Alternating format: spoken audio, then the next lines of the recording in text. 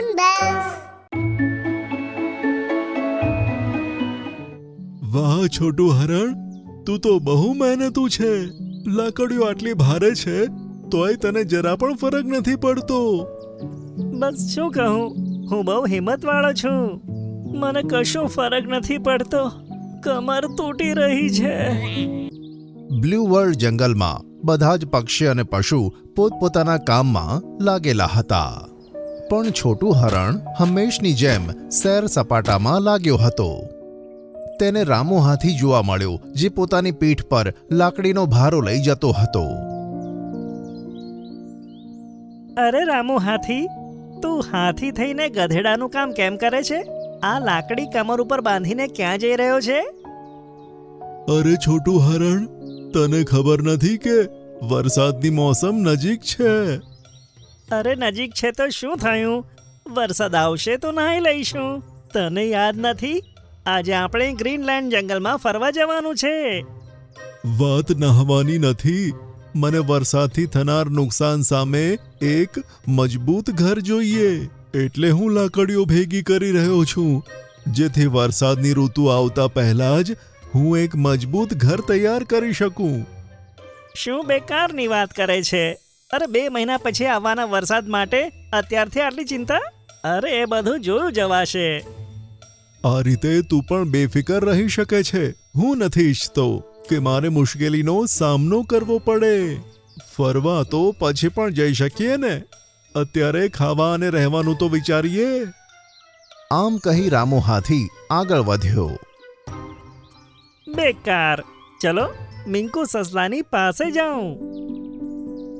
છોટું હરણ મિંકુ સસલાના ઘર તરફ આગળ વધે છે, પણ મિંકુ સસલું તેને રસ્તામાં જ મળી જાય છે. તેણે જોયું કે મિંકુ સસલું પોતાના હાથમાં ઘણા બધા ગાજર લઈ તેના ઘર તરફ જઈ રહ્યું છે. અરે મિંકુ, શું થયું? સવારથી જ ભૂખ લાગવા લાગી કે? તને ખબર નથી આજે આપણે ડ્રીમલેન્ડ જંગલમાં ફરવા જવાનું છે? ના ભાઈ, ભૂખ નથી લાગી. આ ખાવાનું તો હું જમા કરવા લાવ્યો છું. જમા કરવા માટે પણ ક્યાં? અરે વરસાદની ઋતુ આવવાની છે. જ્યારે પાણી ભરાશે તો ઘરેથી બહાર નીકળવું મુશ્કેલ થશે, એટલે અત્યારે જ ખાવાનું ભેગું કરું છું, જેથી વરસાદ વખતે મને તકલીફ ના પડે. શું થઈ ગયું છે બધાને?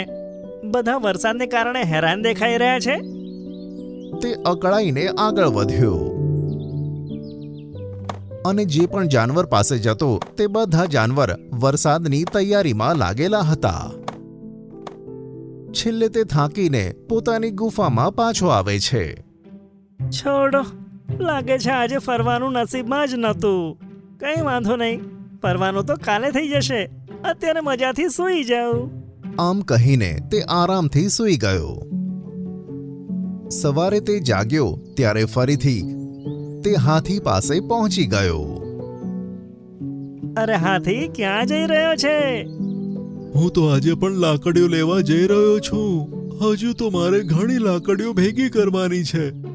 આ સાંભળી હરણે વિચાર્યું કે જો હું એને લાકડા લાવવામાં મદદ કરી દઉં તો બની શકે કે મારી સાથે ગ્રીનલેન્ડ જંગલ ફરવા આવી જાય. રામુ હાથી, શું આ નેક કામમાં હું તારી મદદ કરી શકું? અરે વાહ, તું પણ મારા ઘર માટે લાકડીઓ ભેગી કરવામાં મદદ કરીશ? હા, ચલો હું તૈયાર છું. હાથીની સાથે હરણ ચાલે છે અને થોડા સમય પછી તેઓ પાછા આવે છે. હાથીની પીઠ પર ઘણા બધા લાકડા હતા અને છોટું હરણની કમર પર પણ ઘણા બધા લાકડા હતા. વાહ છોટું હરણ, તું તો બહુ મહેનતુ છે. લાકડીઓ આટલી ભારે છે તોય તને જરા પણ ફરક નથી પડતો. બસ શું કહું, હું બહુ હિંમતવાળો છું. મને કશો ફરક નથી પડતો. કમર તૂટી રહી છે. બંને જ્યારે હાથીના ઘરે પહોંચ્યા ત્યારે હાથીએ તેની પીઠ પરથી લાકડીઓ ઉતારી અને બીજી લાકડીઓ સાથે મૂકી. તારો ખૂબ ખૂબ આભાર. અરે આ તો મારી ફરજ હતી. હું ઈચ્છતો હતો કે હજુ પણ તારી જોડે લાકડી લઈ આવું, પણ મને સસલાએ જરૂરી કામે બોલાવ્યો છે તો હું એને મળી આવું છું. હા હા, કેમ નહીં મિત્ર, જરૂર જા. હું જાઉં છું. હરણ ત્યાંથી ભાગી ગયું. અરે બાપ રે, મારી મતી મારી ગઈ હતી કે એને મદદ કરવા માટે તૈયાર થયો. જો હજુ એકવાર એની સાથે જાત ને તો મારી તો અર્થી જ નીકળી જાત. હરણ સસલા પાસે પહોંચ્યું તો સસલું પણ ક્યાંક જતું હતું. મિંકુ સસલા, કેમ છે તું? જો હરણ, હું ફરવા નથી આવી શકતો. પહેલા મારે ખાવા માટે ગાજરો ભેગા કરવાના છે. ના ના મારા મિત્ર, હું તો તારી મદદ કરવા માટે આવ્યો છું. ચાલ, હું પણ તારી જોડે ગાજર લેવા આવું છું. આ સાંભળી સસલું ખુશ થયું અને બંને ગાજરના ખેતરે પહોંચ્યા. ત્યાં જઈને સસલાએ કહ્યું કે છોટું હરણ, તો પેલી બાજુથી ગાજર તોડ અને હું આ બાજુથી. સારું.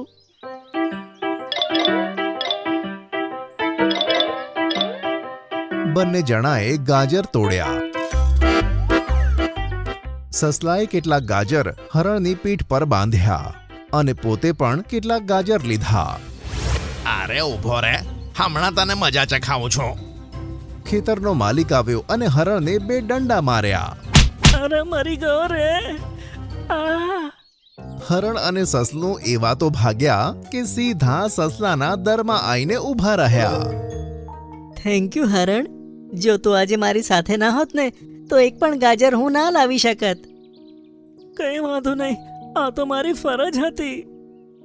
જો કે હરણ, તારા વિશે પણ વિચારી લે. તારું ઘર પાકું છે ને? વરસાદમાં તને કોઈ તકલીફ તો નહીં થાય ને? અને તું ખાવાની વ્યવસ્થા પણ કરી લે. વરસાદમાં વ્યવસ્થા ક્યાંથી કરીશ? મારી ગુફા બહુ ઊંચાઈ પર બની છે, તેથી વરસાદનું પાણી ત્યાં નહીં પહોંચે. અને રહી વાત ખાવાની, તો એ સમયે જોયું જવાશે. હું અત્યારથી ટેન્શન લઈને મારું મગજ ખરાબ કરવા નથી માંગતો. હું અહીંયાથી ભાગું, નહીં તો આ વળી પાછું મને દંડા ખાવા લઈ જશે. આમ હરણ એકદમ બેફિકર રહ્યો. 2 મહિના પછી વરસાદ શરૂ થયો.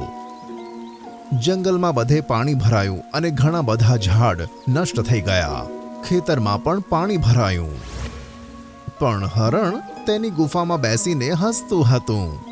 બધા હેરાન છે, પણ મને હેરાની થઈ જ ના શકે, કારણ કે મારી ગુફા તો સૌથી ઊંચાઈ પર બની છે.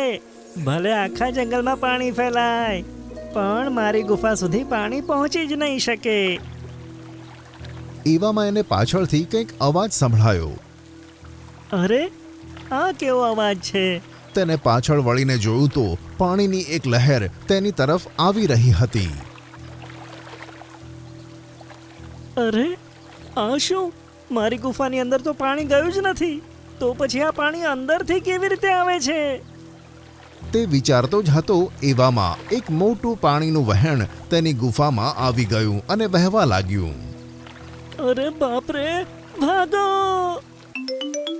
તે બચવા માટે ગુફાની બહાર ભાગી નીકળ્યો અને તે વહેણ પૂરની જેમ ગુફામાંથી બહાર આવ્યું. હવે તેની ગુફા એક ઝરણું બની ગઈ હતી, જેમાંથી પાણી વહી રહ્યું હતું. આ શું થઈ રહ્યું છે? ગુફાની અંદરથી પાણી કેવી રીતે નીકળી રહ્યું છે? તે વિચારતો વિચારતો આગળ નીકળી ગયો. વરસાદની ઠંડી હવા અને પાણી તેની તબિયત ખરાબ થવામાં કારણભૂત બની. તેણે ઘણા જાનવરો અને પક્ષીઓને જોયા કે જેઓ તેમના ઘરમાં સુરક્ષિત હતા. બધાએ પહેલાથી જ વરસાદથી બચવાની તૈયારી કરી હતી. મારે રહેવા માટે કોઈ ઘર શોધવું જ પડશે, નહીં તો મારું શું થશે?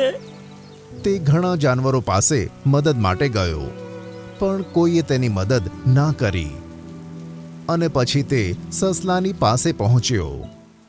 અરે હરણ, તું વરસાદમાં ક્યાં ફરી રહ્યો છે? હેરાન તો મારે થવાનું જ હતું. બધાએ મને સમજાવ્યું હતું કે વરસાદની ઋતુ આવવાની છે, મારે તૈયારી કરી લેવી જોઈએ, પણ હું ના માન્યો. અને જુઓ, આજે મારી ગુફામાં પાણી ભરાઈ ગયું અને મારી પાસે ખાવાનું પણ નથી. સવારથી ભૂખ્યો તરસ્યો ફરી રહ્યો છું. અરે હરણ મિત્ર, તું ખાવાની ચિંતા કેમ કરે છે? હું જ્યારે ખાવાનું જમા કરતો હતો તો તે જ મને મદદ કરી હતી ને, યાદ છે? તો હું તને ભૂખ્યો કેવી રીતે રાખી શકું? આમ કહી સસલાએ હરણની સામે ગાજરો મૂક્યા. હરણને ઘણું સારું લાગ્યું. તેણે સસલાનો આભાર માન્યો અને થોડાક ગાજર ખાઈ પોતાની ભૂખ શાંત કરી. તારી ગુફામાં પાણી આખરે આવ્યું કેવી રીતે? હવે મને સમજાઈ રહ્યું છે.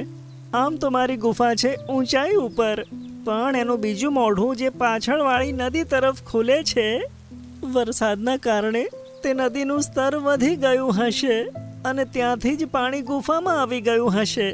જો સમય પહેલા મેં એ દરવાજો બંધ કરી દીધો હોત તો આવું ના થાત. એવામાં ત્યાં રામુ હાથી આવ્યો. કઈ વાંધો નહીં છોટું હરણ, તને તારી ભૂલ સમજાઈ ગઈ છે ને, તો તું મારા ઘરે રહી શકે છે. શું કીધું? તારા ઘરમાં? હા, મારું ઘર બનાવવામાં તે મને ઘણી મદદ કરી હતી, તેથી મારા ઘરમાં રહેવા હું તને ના પાડી શકું. આય, ચાલ મારી સાથે. આ સાંભળી હરણની આંખોમાં ખુશીના આંસુ આવી ગયા. પછી તે હાથીની સાથે તેના ઘરમાં રહેવા જતો રહ્યો.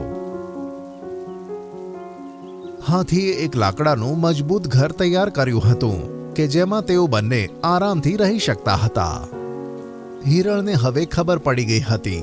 તેણે પ્રણ લીધું કે આવતા વર્ષે વરસાદ આવતા પહેલા તે તેના રહેવા અને ખાવાનો બંદોબસ્ત કરી લેશે અને આળસ હંમેશા માટે છોડી દેશે. એક જંગલમાં શેરુ નામનો એક સિંહ રહેતો હતો. પોતાના શિકારને ફસાવવા માટે તેણે એક શિયાળને પોતાના સેવક તરીકે રાખ્યું હતું. શિયાળ હંમેશા જાનવરો ઉપર નજર રાખતું અને તેમને એકલા જોઈને સિંહને ખબર કરી દેતું. પછી સિંહ લાગ જોઈને તે જાનવરોનો શિકાર કરતો હતો અને થોડો શિકાર બચાવીને તેને શિયાળને ખાવા માટે આપી દેતો. એક દિવસ હાથી, હરણ, રીંછ અને વાંદરાએ એક જગ્યાએ મળીને આ સમસ્યા ઉપર ચર્ચા કરી. વાંદરો ઝાડ પર બેસીને શિયાળની તપાસ કરતો હતો. જ્યારથી આ શિયાળ સિંહની સાથે જોડાયું છે, આપણું જીવવાનું મુશ્કેલ થઈ ગયું છે. છાનું માનું આવે છે અને જાનવરને એકલું જોઈને સિંહને તેના વિશે તેની જાણ કરે છે. આવું જો ચાલતું રહ્યું તો એક એક કરીને જંગલના બધા જાનવરોને તેઓ મારી નાખશે. આપણે કંઈક એવું કરવું જોઈએ કે આ બંનેથી હંમેશા માટે છુટકારો મળે. મને તો કશો જ વિચાર નથી આવતો. જો મોટું હરણ અહીંયા હોત તો તે કોઈ સારો આઈડિયા આપી દેત. તે સાચું કહ્યું. જો જંગલમાં આ ઝાડ ન હોત તો મોટું આજે આપણી વચ્ચે હાજર હોત. રીંછે સામે આવેલ વૃક્ષ તરફ ઈશારો કરીને કહ્યું. આ વૃક્ષ ન હોત તો મોટું આજે પણ આપણી વચ્ચે હોત. એટલે મોટું હરણ એક દિવસ અહીંયાથી જઈ રહ્યું હતું. તે દિવસ તડકો ખૂબ જ વધારે હતો, તેથી તે આ વૃક્ષની છાયામાં બેસીને આરામ કરવા લાગ્યો. ત્યાં જ આ વૃક્ષના પાંદડામાંથી દૂધ ટપકવા માંડ્યું અને તે તેની આંખોમાં પડી ગયું. આ સાંભળીને બધાએ વૃક્ષના પાંદડાને જોયા અને હાથીએ કહ્યું, અરે હા, આમાંથી તો દૂધ ટપકી રહ્યું છે. આ ફક્ત જોવામાં જ દૂધ છે, પણ છે બહુ ખતરનાક. મોટુની આંખમાં આ દૂધ ટપકવાની થોડી જ વારમાં તે આંધળો થઈ ગયો. બસ તે દિવસ પછી તેને બધું દેખાતું બંધ થઈ ગયું. આંધળો થયા પછી તે થોડા દિવસો સુધી અહીં તહીં ભટકતો જોવા મળ્યો, પણ તે પછી તે ક્યાં ગયો તે હજુ સુધી પણ એક રહસ્ય છે. સાંભળીને બધાને તેની ઉપર દયા આવી અને પછી હાથી ખુશ થઈને બોલ્યો, દોસ્તો, સમજો કે હવે આપણને સિંહ અને શિયાળથી છુટકારો મળી ગયો. આમ કહીને હાથીએ બધાને તેની યુક્તિ કહી બતાવી, જેને સાંભળીને બધા ખુશ થઈ ગયા. તેમને ખબર હતી કે શિયાળ જાનવરોની હાજરીના સમાચાર આપવાની સાથે તેઓ શું વાત કરે છે તે પણ સિંહ રાજાને જઈને કહેતી હશે. સાંજના સમયે બધા જાનવર તે વૃક્ષની પાસે જાણી જોઈને ભેગા થયા. હાથી, રીંછ અને હરણ જોર જોરથી વાતો કરવા લાગ્યા કે જેથી શિયાળ સાંભળીને ત્યાં આવી જાય. વાંદરો ચૂપચાપ તે જ વૃક્ષ પર બેસીને ચોકી કરવા લાગ્યું. થોડી વાર પછી વાંદરાએ જોયું કે સામેથી શિયાળ આવી રહ્યું છે. દોસ્તો, શિયાળ ચૂપચાપ અહીં આવી રહ્યું છે. આપણી આઈડિયા પ્રમાણે કામ કરવાનું ચાલુ કરો. તેની વાત સાંભળીને તેઓ વધુ જોરજોરથી હસવા લાગ્યા. જેને સાંભળીને શિયાળ વધુ ઝડપથી તેમની પાસે આવ્યું. એક જગ્યાએ સંતાઈને તે બધાની વાતો સાંભળવા લાગ્યું. મિત્રો, આજ પછી ક્યારે પણ આપણે તે શિયાળ અને સિંહ રાજાના હાથમાં નહીં આવીએ. હવે આપણા હાથમાં આ જાદુઈ વૃક્ષના પાંદડા આવી ગયા છે. સાચું કહ્યું મિત્ર. હવે તો આપણે બસ આ જાદુઈ વૃક્ષના પાંદડાનો રસ આપણી આંખમાં નાખવાનો છે. તે પછી આપણી આંખો એટલી શક્તિશાળી થઈ જશે કે સિંહ અને શિયાળ દૂરથી આવતા હશે ને તો પણ દેખાઈ જશે. આ સાંભળીને શિયાળ ખુશ થયું અને બોલ્યું, આ લોકોની યુક્તિ ક્યારે પણ તેમને બચાવી નહીં શકે. હા, કહીને શિયાળ ત્યાંથી ભાગ્યું અને સિંહ પાસે જતું રહ્યું. તેના જતાં જ વાંદરાએ વૃક્ષ પરથી બૂમ પાડી, મિત્રો, આપણી ચાલ કામયાબ થઈ રહી છે. શિયાળ અહીંની વાત સિંહને બતાવવા માટે જઈ રહ્યું છે. આ સાંભળીને બધા જાનવરો ખુશ થયા અને આસપાસની ઝાડીઓમાં જઈને સંતાઈ ગયા. ત્યારબાદ શિયાળ સિંહની સાથે ત્યાં આવ્યું અને હાથી તેમને જોઈને ચૂપ થઈ ગયો. મને બતાય કે તું કયા જાદુઈ વૃક્ષના પાંદડાની વાત કરતો હતો જેના દૂધથી આંખની દ્રષ્ટિ વધી જાય છે. વૃક્ષના પાંદડા? દૂધ? આ તમે કેવી વાતો કરી રહ્યા છો? વધારે હોશિયાર બનવાની જરૂર નથી. મેં મારા કાને સાંભળ્યું હતું કે જે તમે વૃક્ષ વિશે કહી રહ્યા હતા. આ સાંભળીને હાથીએ કહ્યું, હવે તમે સાંભળી જ લીધું છે તો હું બતાવી દઉં છું. આ જે વૃક્ષ છે ને, તેના પાંદડામાંથી એવું દૂધ ટપકે છે જેને આંખમાં નાખવામાં આવે તો આંખોની દ્રષ્ટિ ખૂબ જ વધી જાય છે. અત્યાર સુધી જેટલા પણ જાનવરોએ આ દૂધને તેમની આંખોમાં નાખ્યું છે તેઓ તમને બંનેને દૂરથી જોઈને જ ભાગી જાય છે. એટલે તો હું અહીંયા એકલો ઊભો છું. હવે તમારી કોઈની ચાલ ચાલવાની નથી.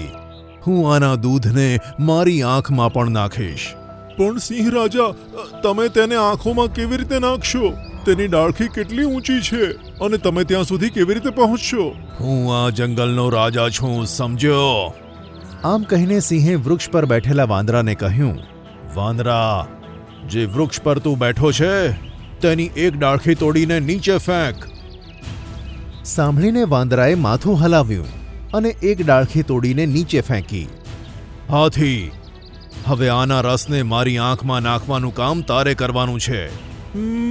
તમે બસ તમારી બંને આંખો ખોલો. હું તેના પાંદડાને સરસ મસળીને તેમાંથી દૂધ નીકાળું છું. સાંભળીને સિંહે કહ્યું, જલ્દી કર. આ સાંભળીને હાથી વાંદરા તરફ જોઈને મલકાયો અને પછી તેણે જમીન પર પડેલી ડાળખી તેની સૂંઢમાં ઉઠાવી. તેમાં ઘણા બધા પાંદડા હતા. હાથીએ તેને સિંહની આંખો ઉપર લઈને તેને એવી રીતે નીચોડી કે એક મોટું ટીપું સિંહની આંખમાં પડ્યું. પછી તેણે વધુ રાહ ન જોતા બીજી આંખમાં પણ તેનું એક ટીપું નાખી દીધું. મહારાજ, કેવું લાગી રહ્યું છે? બહુ જ સરસ, ઠંડુ ઠંડુ, કુલ કુલ. સિંહે કેટલોક સમય આંખો ખોલી નહીં અને તેની ઠંડકનો મજા લેતો રહ્યો. પછી અચાનક તેની આંખોમાં બળતરા થવા લાગી અને તે જોર જોરથી ગરજવા લાગ્યો. આ શું છે? બહુ જ બળતરા થઈ રહી છે. મને કંઈ દેખાઈ પણ નથી રહ્યું. હવે બધા જાનવર જે સંતાયેલા હતા તે બહાર આવ્યા. સિંહે આંખો તો ખોલી દીધી પણ હવે તે આંધળો થઈ ગયો હતો. તે અહીંયા તહીંયા અથડાતો અને પછી પડી જતો, પછી ઊભો થઈને ગર્જના કરતો. આ બધું જોઈને જાનવરોને ખૂબ જ મજા આવી રહી હતી. આ બધું શું છે? તેમને કંઈ દેખાતું કેમ નથી? આ બધી અમારી ચાલ હતી, તમારા બંનેથી છુટકારો મેળવવા માટે. હવે આ ક્યારેય જોઈ નહીં શકે અને તું ક્યારેય પણ અમારી ચાડી નહીં કરી શકે. કહીને હાથીએ શિયાળની ગરદન તેની સૂંઢમાં દબાવી અને પછી વાંદરાએ શિયાળની આંખોમાં પણ તે જ દૂધનું ટપકું નાખી દીધું. હવે તે બંને આંધળા થઈ ચૂક્યા હતા અને બધા જાનવરોએ તેમને તેમના હાલ પર છોડી દીધા. ત્યારે હાથી બોલ્યો, કેમ મિત્રો, અક્કલ મોટી કે સિંહ? સાંભળીને બધા જાનવર જોર જોરથી હસવા લાગ્યા અને ખુશી મનાવવા લાગ્યા.